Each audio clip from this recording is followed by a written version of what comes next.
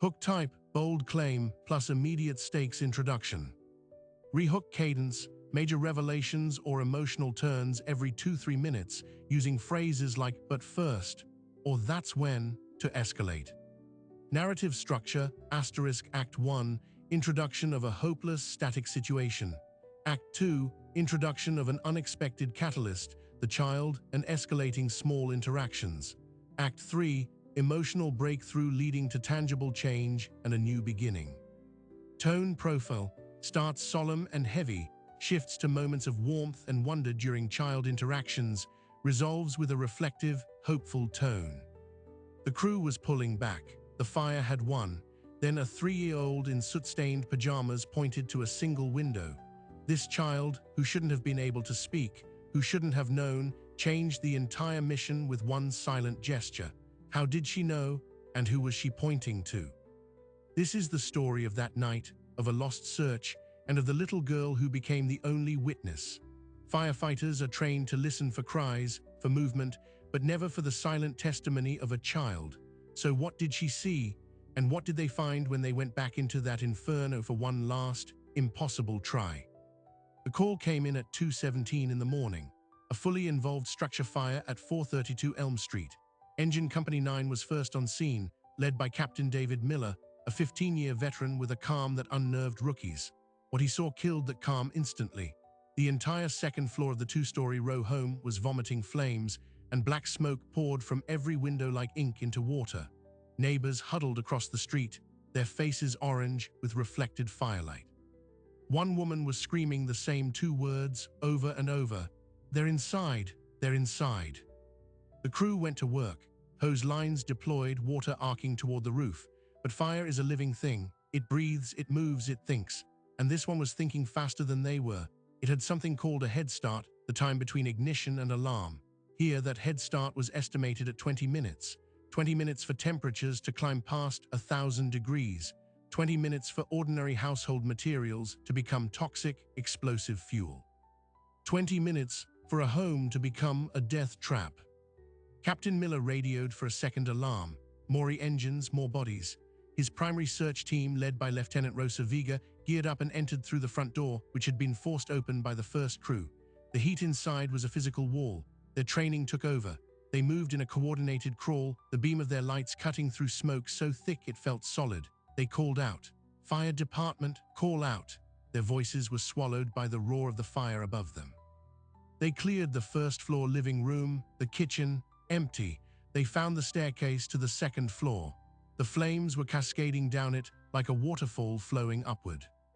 Vega made the call. It was too hot, too unstable. They couldn't go up. Not yet. They retreated to the doorway, gulping the cold night air, their faces streaked with soot and sweat. Outside, a paramedic was wrapping a blanket around the shoulders of the screaming woman. Her name was Anya Carter. She was the homeowner's sister. She'd been staying on the couch. She got out. She kept saying 3 people did not. Her brother Marcus, his wife Chloe, and their 3-year-old daughter Maya. Captain Miller's stomach turned to stone. A child under 5. The statistics flashed in his mind unbidden, twice as likely to die, often found hiding. He looked back at the building. The second-floor windows were now glowing like jack-o'-lantern eyes. The fire had reached what firefighters call flashover, the point when every combustible surface in a room simultaneously ignites. The battle shifted from rescue to containment. The mission, in every practical sense, was over. They would drown the beast and recover bodies in the dawn light.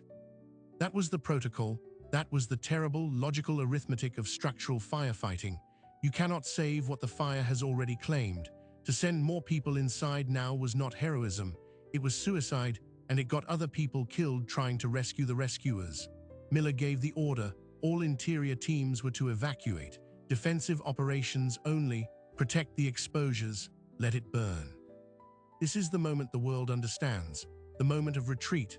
The moment hope is officially, professionally extinguished. The crews fell back, dragging their heavy lines. Their shoulders slumped not just from the weight of the equipment, but from the weight of what was left inside. They had lost. This is what losing looks like. Exhausted men and women, silhouetted against an orange hell, their breath making clouds in the air, unable to look at the family member on the curb. And that is when she appeared. A woman came running down the sidewalk, her own face a mask of terror. She was holding a little girl, clutching her tightly. The girl was wrapped in a blanket, but her feet in lavender pajama bottoms dangled. The woman was not Anya Carter. No one recognized her. She pushed past a police officer, her eyes wild, scanning the firefighters. "Where is he? Where's Marcus?" she was shouting. A firefighter tried to guide her back. She wrestled free and her eyes landed on Captain Miller. She ran to him, thrusting the little girl toward him. She saw, she knows, you have to listen. The little girl, now held in Miller's arms, looked at the burning house. She had dark brown skin and a mess of curly hair. Soot was smudged on her cheek. Her expression was not fear. It was something deeper, something focused and solemn. She pointed, not at the fire in general. Her small arm extended, her finger aimed with the precision of a surveyor, at one specific second-floor window on the left side of the building, a window completely blackened by smoke. Captain Miller looked from the determined child to the frantic woman. "Who are you?" "I'm Lena. I live next door. I babysit her. Maya was with me tonight. She woke up. She saw the fire from my window." The woman, Lena, was crying now. "She doesn't talk. She's nonverbal. She just pointed and started shaking. She knows they're in there." Miller's mind raced. A neighbor, a babysitter, a child who was supposed to be inside but wasn't, a child who was now pointing with terrifying certainty. Everything in his training, every protocol, screamed that this changed nothing. The fire was unsurvivable. This was a trauma response, a coincidence. But then Maya, still in his arms, turned her head and looked directly into his eyes. She held his gaze, and she pointed again, to the same window. Her lips were pressed together in a line of absolute certainty. On the curb, Anya Carter sobbed. "That's her room. That's Maya's bedroom." A silence fell over the crew near the engine. Lieutenant Vega stood frozen, her helmet in her hands. Every firefighter has a line, the line between following the book and following a feeling. The book said the house was lost. The feeling, sparked by a 3-year-old's unwavering finger, was a scream in the quiet. Captain Miller looked at the window. He looked at the child in his arms. He looked at his team, waiting for his order. The next words out of his mouth would either condemn a family or send his crew on a suicide mission. Miller handed the child back to her babysitter, Lena. He turned to his crew. His voice, when it came, was low and flat, stripped of all doubt. "Vega, you're with me. Rapid intervention team on us now. We're making one attempt. That window." He pointed to the blackened square Maya had indicated. "We go in through the bedroom window from the ladder. Everyone else, drown this thing. Give us a path." It was not a request. It was an order that broke every safety guideline. Lieutenant Rosa Vega didn't hesitate. She just nodded, slammed her helmet back on, and ran for the aerial ladder truck that was still positioning. The Rapid Intervention Team, or RIT, their sole purpose to rescue trapped firefighters, geared up behind them, their faces grim. This was not the plan. This was a Hail Mary pass with human lives as the ball. The ladder extended, its metal groaning, the bucket rising toward the second floor. Miller and Vega were in the bucket, hunched low. The heat intensified with every foot of elevation. At the window, the glass was blown out. Thick, rolling smoke poured from the opening. They couldn't see inside. They couldn't see anything. Miller used a Halligan tool to knock out the remaining shards of glass from the frame. The roar from inside was a beast's scream. Vega went first. She disappeared into the smoke. Miller followed. The world inside was a nightmare inversion. Pitch black, searing hot, deafeningly loud. Their personal alert safety system devices, the pass alarms, would start shrieking if they stopped moving for 30 seconds. Their training took over. They moved on their knees, one hand on the wall, the other sweeping the floor in front of them. They were in a bedroom, a child's bedroom. They could feel toys under their gloves, the small frame of a bed.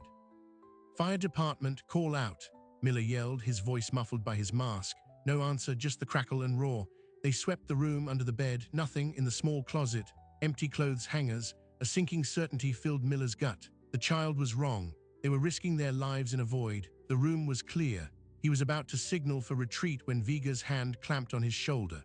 She was pointing her light at the wall, not at the wall, at the door. The bedroom door was closed. In firefighting, a closed door is a miracle. It can hold back fire, it can hold back smoke, it can create a survivable space. But their primary search had cleared the first floor and found no one. The parents wouldn't be in their daughter's bedroom with the door closed if she wasn't there. Would they? Logic said no, but the little girl's finger pointed here. Viga moved to the door. She felt the handle with the back of her gloved hand. It was hot, but not burning. Cautiously, she opened it. A hallway of hell greeted them. Flames rolled across the ceiling at the far end, moving with a liquid, hungry speed. The heat wave that hit them was staggering, but directly across the hallway was another door, also closed. They had seconds. The fire was coming. Miller lunged across the hall, his body a brief shield against the radiant heat. He tried the handle. It was cooler. He shoved the door open. It was a master bedroom, and there, in the far corner, huddled in a walk-in closet with the door pulled mostly shut, were three shapes. Two larger, one very small, all of them motionless on the floor. Time compressed. Miller and Viga were across the room in a crawl. The parents, Marcus and Chloe, were curled around their daughter. They had taken the ultimate protective position, using their own bodies as a shield. None of them were moving. Miller felt for a pulse on the mother's neck. Nothing. He checked the father. Nothing. His hand, now trembling, went to the little girl, Maya's double, tucked between them. He pressed his fingers against a tiny, soot-covered neck. A weak, thready flutter. "She's alive," he roared over the radio. "We have a pediatric code. In the master bedroom. Need extraction now." In that moment, the hallway outside the bedroom door fully ignited. The flames found fresh oxygen and surged. The path back to the window in the child's room was cut off by a wall of fire. They were trapped. The RIT team, listening over the radio, was already moving. They hit the second floor from the main staircase, facing the same inferno in the hallway. They couldn't get through. The incident commander's voice crackled in Miller's ear. "Ladder bucket repositioning to master bedroom window. You have to get to the window. Can you get to the window?" Miller looked. The master bedroom had one large window, but it was behind the bed, on the opposite wall from the closet. To reach it, they would have to cross the room, fully exposed to the heat radiating from the hallway door, which was now beginning to char and smoke. And they had three victims, two of them adults, one a 3-year-old child. Viga didn't waste a second. "We carry them." She grabbed the father under the arms. Miller, with strength born of pure adrenaline, lifted the mother. The little girl, the live one, was the problem. They couldn't carry her and the adults. Miller made a decision he would see in his dreams for years. He laid the mother down, grabbed a comforter from the bed, wrapped the unconscious girl in it like a cocoon, and used a length of cord from a broken blinds to tie the bundle to his chest. He would carry the child. Viga would drag the father. They would leave the mother. It was the arithmetic of hell. Save the living, honor the dead later. They began a desperate, agonizing crawl across the carpet, the heat blistering the paint on the walls. Viga reached the window first. She used her Halligan to smash the glass. Cold night air swirled in, fighting the smoke. The ladder bucket was there, a firefighter reaching out. "Child first," Miller screamed. He passed the bundled girl through the window into waiting arms. Then he turned to help Viga with the father. Together, they hauled the man's dead weight up and out. As they did, Miller looked back across the room at the mother's form, still curled in the closet. The flames were beginning to lick through the hallway door. Then the floor groaned. It was a sound no firefighter ever wants to hear. A deep, wooden sigh. The fire had been eating the floor joists beneath them. The master bedroom floor, compromised by heat and time, was about to give way. "Go now," Miller shoved Viga toward the window. She went.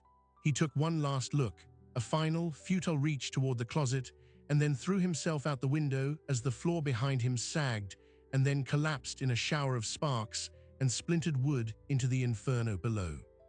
They landed in the ladder bucket, gasping, the father and the child beside them. The bucket descended. On the ground, paramedics swarmed. The little girl was rushed to a waiting ambulance, oxygen mask over her tiny face. The father was laid on a backboard, CPR begun immediately, a frantic, hopeless rhythm. Captain Miller stood on the street, his gear smoking, watching the ambulance pull away. The mother was still inside. The house, with a huge hole now in its side, continued to burn. He had made a choice based on a pointing finger. He had recovered 2 victims, one possibly alive. He had left one behind. He had nearly lost his entire team. The babysitter, Lena, ran up to him, Maya, the pointing toddler, still in her arms. The girl was looking at the ambulance, then back at the window. She wasn't pointing anymore. She was just staring. Lena's voice was a shaken whisper. "She's alive, the little girl." "We got a pulse," Miller said, his voice raw. Lena burst into tears, clutching Maya tightly.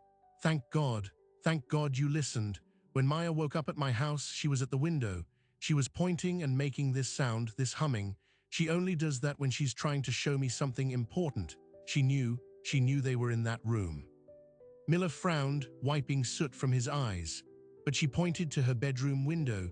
We found them in the master bedroom, across the hall." Lena blinked, confused. The master bedroom, but they wouldn't be in there, not tonight. "Why not?" "Because the master bedroom ceiling had a leak, a big one, from the rain last week. Marcus said the whole ceiling was sagging. They were all sleeping in Maya's room. They moved the crib in there 2 days ago." Captain Miller froze. The cold night air suddenly felt arctic. He turned slowly to look at the burning house. At the window the child had pointed to, her own bedroom window. If the family was sleeping in Maya's room, and the little girl pointed to Maya's room, then who did they just pull from the master bedroom closet? The words hung in the air, colder than the night. The family was supposed to be in the child's room, the room they had cleared, the room that was empty. The people they had pulled from the master bedroom were not Marcus, Chloe, and their daughter. Captain Miller's radio crackled. It was the incident commander. "Miller, status. EMS reports 1 pediatric vitals absent on arrival. Father pronounced at the scene. Confirm identities." Miller stared at Lena, the babysitter, whose face was now pale with dawning horror. "Who else has a key to the house? Who else could have been inside?" Lena shook her head, stammering, "No one, I don't. Marcus's sister Anya was on the couch. She got out, that's it." But Anya Carter was across the street, wrapped in a blanket, being treated for smoke inhalation. She was alive. So who were the 2 adults and the child in the master closet? Miller's mind, already overloaded, tried to find a logical foothold. A visiting friend, a cousin no one mentioned, but why would they be hiding in a closet during a fire? And why would they be in the one room with a known, dangerous structural flaw? The fire was finally being brought under control. The streams of water were turning the roaring orange into a hissing, steaming black. The immediate danger was passing, but a new, more sinister chill was settling over 432 Elm Street. Police detectives, who had been on perimeter control, were now brought into the inner circle. Miller explained the discrepancy to a detective named Vargas, a man with tired eyes that missed nothing. Vargas listened, then looked at the burnt shell of the house. "You recovered 2 adult bodies. 1 adult male from the master, 1 adult female still inside, presumed in the same room, and 1 female child, approximately 3 years old, transporting to County General," Miller recited, the report feeling hollow.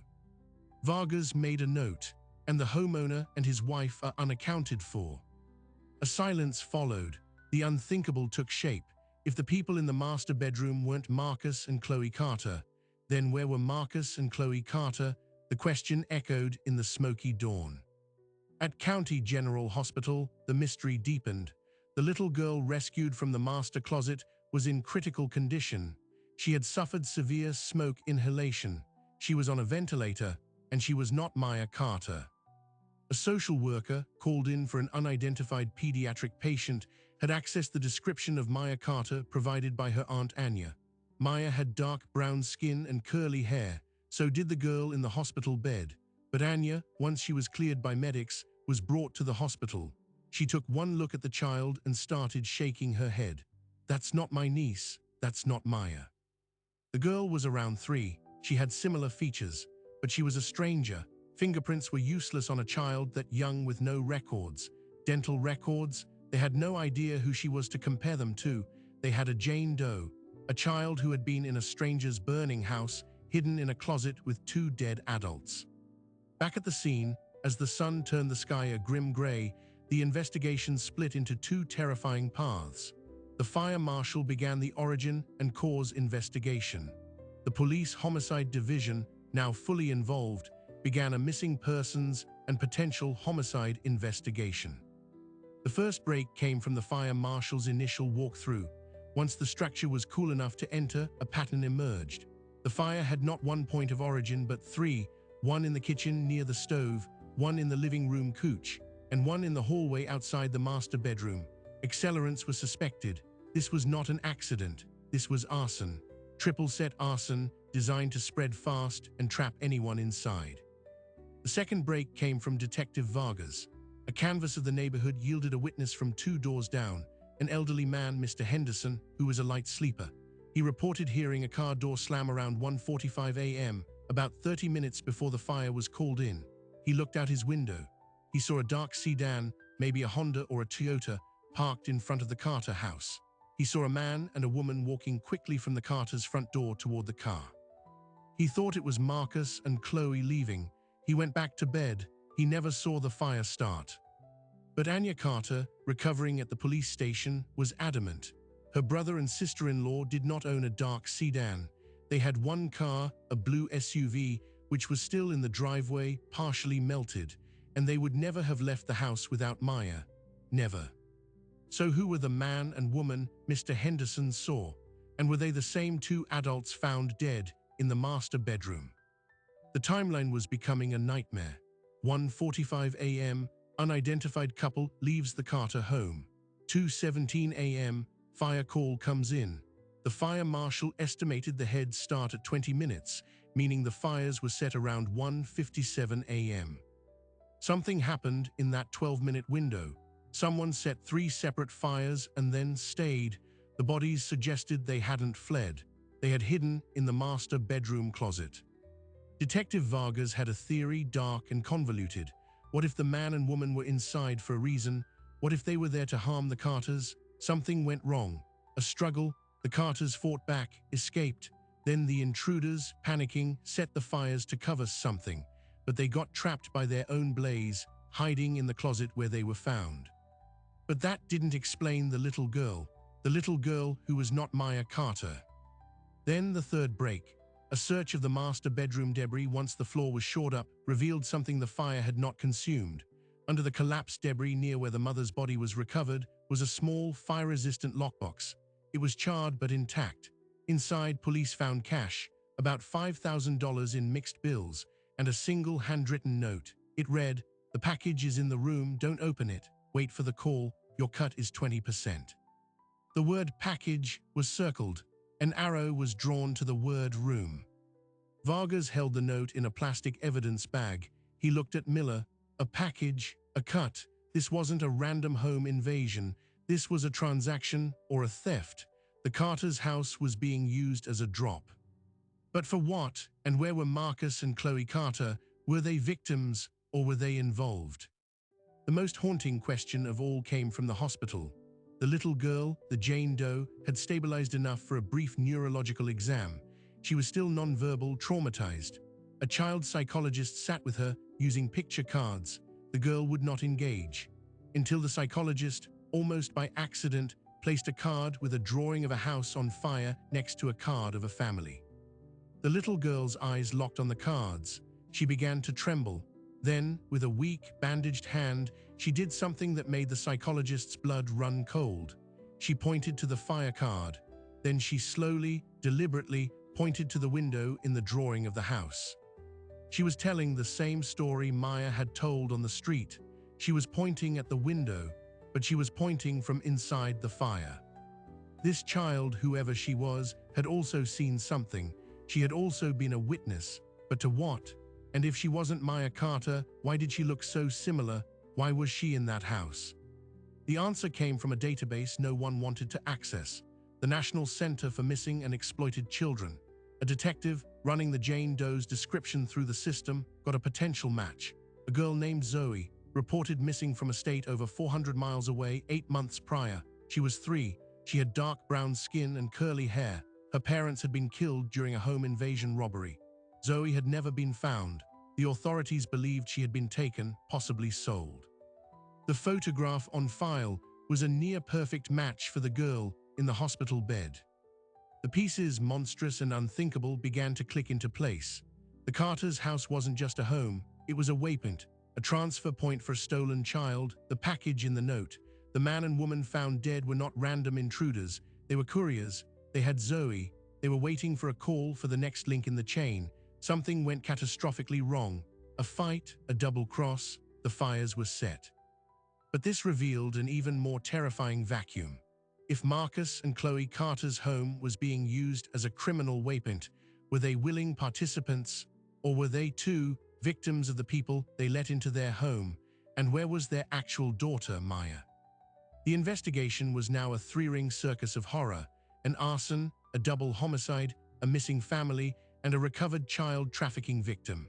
And at the center of it all, the only people who might have seen the truth were two 3-year-old girls, one who pointed from the safety of the sidewalk, and one who pointed from a hospital bed, silently remembering the flames. Captain Miller stood outside the burnt house as the forensic team moved in. He replayed the rescue in his head: the closed doors, the bodies curled protectively. Had the man and woman in the closet been trying to protect Zoe from the fire they themselves had set, or was that just a final, instinctive human gesture in the face of death? He had made a choice based on a pointing finger, and in doing so, he had possibly rescued a child from a fate worse than fire. But he had also, perhaps, left a mother to die who was not a mother at all, but a criminal. The weight of it was crushing, and it was about to get heavier because Detective Vargas's phone rang. He listened, his expression turning to granite. He hung up and walked over to Miller. They found the car, the dark sedan, abandoned in a commuter lot 10 miles from here, and they found something else in the trunk. Miller waited, the morning air tasting of ash and dread. Vargas met his eyes: 2 more bodies. The bodies in the trunk of the sedan were Marcus and Chloe Carter. They had been dead for hours, long before the fire was set. The medical examiner would place time of death around 11 p.m. the previous night. Cause of death: gunshot wounds, execution style. This changed everything. The man and woman seen leaving the house at 1:45 in the morning were not the Carters. They were imposters. They had killed the Carters, put them in their own car trunk, and then stayed. For nearly 3 hours, they were inside the Carter home, waiting. The note in the lockbox made sense now. The package is in the room, don't open it. Wait for the call, your cut is 20%. The package was Zoe, the missing 3-year-old from out of state. The couriers had delivered her to the Carter house. Marcus and Chloe Carter were not willing participants. They were victims of a brutal takeover. The killers had arrived for the child exchange. Something went wrong, and the Carters were executed. The killers then assumed their identities, waiting for the next instruction, for the final buyer to call. But why stay? Why not flee with the child immediately? Detective Vargas theorized the operation was a chain. The killers were the middle link. They couldn't move the package until they got the all-clear and the location for the next drop. So they waited in the house of the people they had just murdered, with a traumatized child hidden away. They were professionals. This was business. Then something spooked them. Maybe they saw the babysitter, Lena, arrive home next door with the real Maya. Maybe they got spooked by a neighbor. Whatever it was, they decided to erase the scene. They set the 3 fires to destroy forensic evidence, and the bodies they thought were still inside, their own accomplices. No, they thought the Carters' bodies were still inside. They didn't know the sister, Anya, had been asleep on the couch. Their plan was to burn it all down, flee in the Carters' car, and disappear. But fire is unpredictable. One of the accelerant trails, the one in the hallway, must have flashed back faster than they anticipated, cutting off their escape route down the stairs. Trapped, they did what many people do in a fire, even criminals. They sought the safest space they could find, the master bedroom closet. They took the child, Zoe, with them. They huddled together, 2 murderers and their stolen commodity, waiting for a rescue that would never come for them. Captain Miller and Lieutenant Vega had, in their desperate rescue attempt, saved one of those murderers, the man, and the stolen child. The woman had perished. The fire Miller saw coming through the hallway door was the very fire those people had set to cover their own tracks. The revelation was a gut punch. Miller had risked his life and his crew's lives to save a killer. The man he and Vega had carried out with such effort had died on the sidewalk, receiving CPR meant for a victim, not a perpetrator. But this still left one terrifying, unanswered question. Where was Maya Carter? The real Maya, the 3-year-old who had pointed at the window from the safety of her babysitter's arms. If her parents were killed around 11 p.m. and Maya was at the babysitter, then she had been spared. But the killers had been in her house for hours. Did they know about her? Were they waiting for her to come home? Lena, the babysitter, was re-interviewed. She was shaken to her core. She confirmed her routine. She picked Maya up from preschool every day at 3 p.m. She kept her until 7 a.m. the next morning, when Chloe would come to get her before work. It was a standing arrangement, 3 days a week. The killers would have seen this pattern if they had been surveilling the house. They would have known a child lived there. They would have expected her to be home that night. So when they didn't find her, they must have assumed she was elsewhere in the house. Asleep, perhaps. This explained their frantic, thorough search of the bedrooms. It explained why they ultimately hid in the master closet. They were still listening for a child's cry, waiting to snatch the final piece. Maya's simple, non-verbal point at her bedroom window took on a new, chilling dimension. She wasn't pointing at her parents. She was pointing at the bad people, the strangers in her house, the ones who had been in her room. She had seen them through the window from Lena's house. Her child's mind recognized the intrusion, the wrongness, and she communicated it the only way she could. The investigation now had a complete, horrifying picture. A child trafficking operation using a family's home as a neutral drop point, a violent takeover, a double homicide, an arson cover-up that backfired, 2 perpetrators dead, 1 stolen child rescued, and 1 local child, Maya, safe but orphaned, her home a burnt shell, her parents in the morgue. The final piece, the surprising detail that closed the loop, came from the most unexpected place, the hospital room of Zoe, the recovered girl. As Zoe regained strength, a child forensic interviewer worked with her. She used dolls, drawings, silence, and patience. After days, Zoe began to interact. She would play with 2 adult dolls, then hide them. She would take a child doll and put it in a toy car. Then one afternoon, she did something remarkable. She took the child doll out of the car. She walked it over to a dollhouse the hospital had provided. She opened the roof, which was removable. And she placed the child doll inside the attic space of the dollhouse. Then she looked at the interviewer and pointed to the roof. She made a soft, shushing sound. The interviewer reported this to Vargas. An attic. The Carter home had an attic, a small, crawl space access in the hallway ceiling. The fire teams had ventilated the roof, but no one had searched the attic because the fire had originated on the lower floors and the access panel was found closed. A forensic team returned to the gutted house. They placed a ladder under the soot-blackened access panel in the upstairs hallway. An investigator pushed it open and shone a light inside. The space was hot, charred, and filled with insulation. And there, wedged between a beam and the chimney brick, was a small green backpack. Inside the backpack were children's clothes, a stuffed elephant, and a sealed envelope. The envelope contained $10,000 in cash and a note with a single phone number. This was the killer's stash, their emergency bug-out bag, but why hide it in the attic unless? Vargas had a sudden, chilling thought. He called the medical examiner. On the adult female from the master closet, were there any particulates in her hair or on her clothing, insulation fibers, dust? The answer came back an hour later. Yes, consistent with the blown-in cellulose insulation found in the Carter attic. The woman had been in the attic that night. She had hidden the bag, and the only reason to go up into a dark, cramped attic during a tense, dangerous operation was to check on something or to hide something else. Vargas ordered a more thorough search of the attic space. This time, they removed insulation panel by panel. Near the far gable vent, where a sliver of streetlight would have shone through, they found it. A nest made from a spare blanket and a winter coat, a bottle of water, empty cracker wrappers, and a small pink flashlight, its battery dead. Someone had hidden up here, someone small, someone who knew how to be very, very quiet. Maya Carter had a secret hideout, a place she went when she played, a place her parents probably smiled about, a little clubhouse in the attic. On the night the bad people came, did she wake up? Did she hear something? Did her 3-year-old intuition, sharp as a knife, tell her to hide?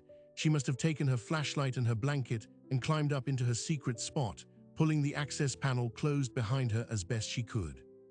She had been up there the entire time, through the gunshots, through the arrival of the killers, through the long, tense wait, through the setting of the fires. She was up there when Captain Miller and Lieutenant Vega crawled through her bedroom below. She was up there when the floor collapsed.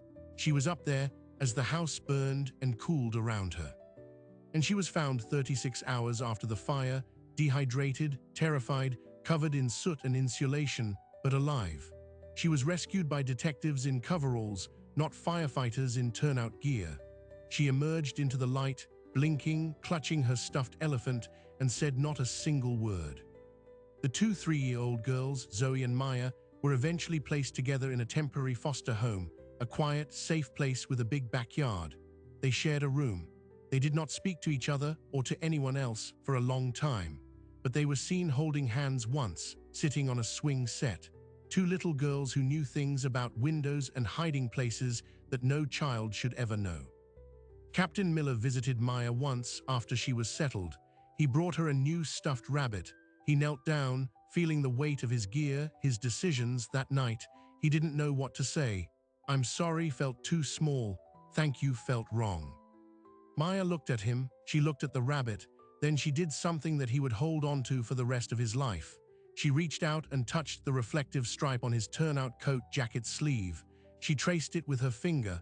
Then she looked at the window of her new room. She didn't point, she just looked. And then she looked back at him and gave a single, slow nod. It was an acknowledgement, a silent understanding between them. She knew he had seen her point. He knew she had been telling the truth. In that nod was the entire story, the terror, the mystery, the unlikely thread of connection that had, against all odds, saved 2 lives. The official reports were filed. The arsonists were listed as deceased. The trafficking investigation continued up the chain, though the phone number led to a dead end, a burner phone in a storm drain.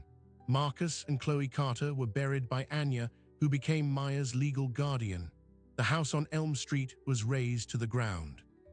For the fire department, the incident became a case study in 2 things: the absolute critical importance of crew resource management and listening to all inputs, even the impossible ones, and the devastating reality that sometimes the right decision leads you into a moral labyrinth with no clear exit.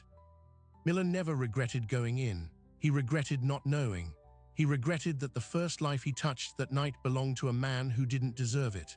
But he also knew, with a certainty that settled deep in his bones, that if he had not gone in, 2 little girls would be gone. One to a black market, the other to a smoky attic tomb. The hook was set in a moment of retreat. The story unfolded in layers of fire and fear. The payoff was not a neat victory, but a fragile, hard-won truth. Sometimes salvation wears a stranger's face, and sometimes the map to it is drawn by the smallest, quietest finger, pointing not just at a window, but through it, into the heart of the dark. We tell this story not because it has a perfect ending, but because it has a true one. It is a story of 2 languages: the loud, logical language of protocol, of heat signatures and collapse zones and survivability profiles, and the quiet, wordless language of a child's pointed finger, of a shared look, of a hand held in the dark. We live most of our lives in the first language. We follow the rules, we make the safe calls, we accept the logical outcomes. But every now and then, the second language breaks through. It doesn't shout, it whispers. It is the gut feeling that contradicts the data. It is the inexplicable knowing that comes from a place deeper than reason. It is a 3-year-old, silent and certain, redirecting the course of grown men and machinery with nothing but a gesture. The firefighters of Engine Company 9 were trained to save lives. They were not trained to translate the silent testimony of toddlers. Yet in a moment of retreat, they chose to listen. And in doing so, they pulled a thread that unraveled a darkness far greater than fire. They found a stolen child. They found a hidden child. They confronted the horrifying reality that sometimes the real rescue is not from the flames, but from the shadows that cast them. This story leaves us with a question that isn't about that night on Elm Street, but about our own streets, our own lives. Who in your world speaks that second, silent language? And are you listening? Is it the quiet coworker who never complains but whose eyes are tired? The friend whose text message was just a little shorter than usual? The child who stops pointing and just stares because they have learned no one is looking? We miss more than we hear. We are not bad people. We are busy people. We are people taught to trust the loud, the logical, the proven, but the universe sometimes communicates in subtleties, in a pointed finger, in a nod of understanding, in the way two traumatized little girls can find solace in a shared silence, holding hands on a swing set, building a new language out of the wreckage of the old. If this story resonated with you, if it reminded you of a moment when you listened to a whisper instead of a shout, or when you wished someone had listened to yours, then you are in the right place. This channel is built for stories like this. Stories that sit in the quiet space between the facts, where the real human truth lives. We don't do sensationalism. We don't do easy answers. We do the complicated, messy, beautiful work of trying to understand each other. And we believe that in that understanding, we find not just better stories, but better selves. So if you want to join us in this space, hit that subscribe button. Become part of a community that values depth over distraction, that seeks connection over clicks. Leave a comment below. Tell us about a time someone's silent signal changed everything. Or just say hello. We read every single one. Thank you for listening. Thank you for staying until the end. And remember, the next time you see a retreat, a closed door, a moment where all seems logically lost, look for the small hand. Listen for the quiet signal. The map out of the dark is often held in the palm of someone who hasn't yet learned to speak your language, but who understands the heart of the matter perfectly. Subscribe for more.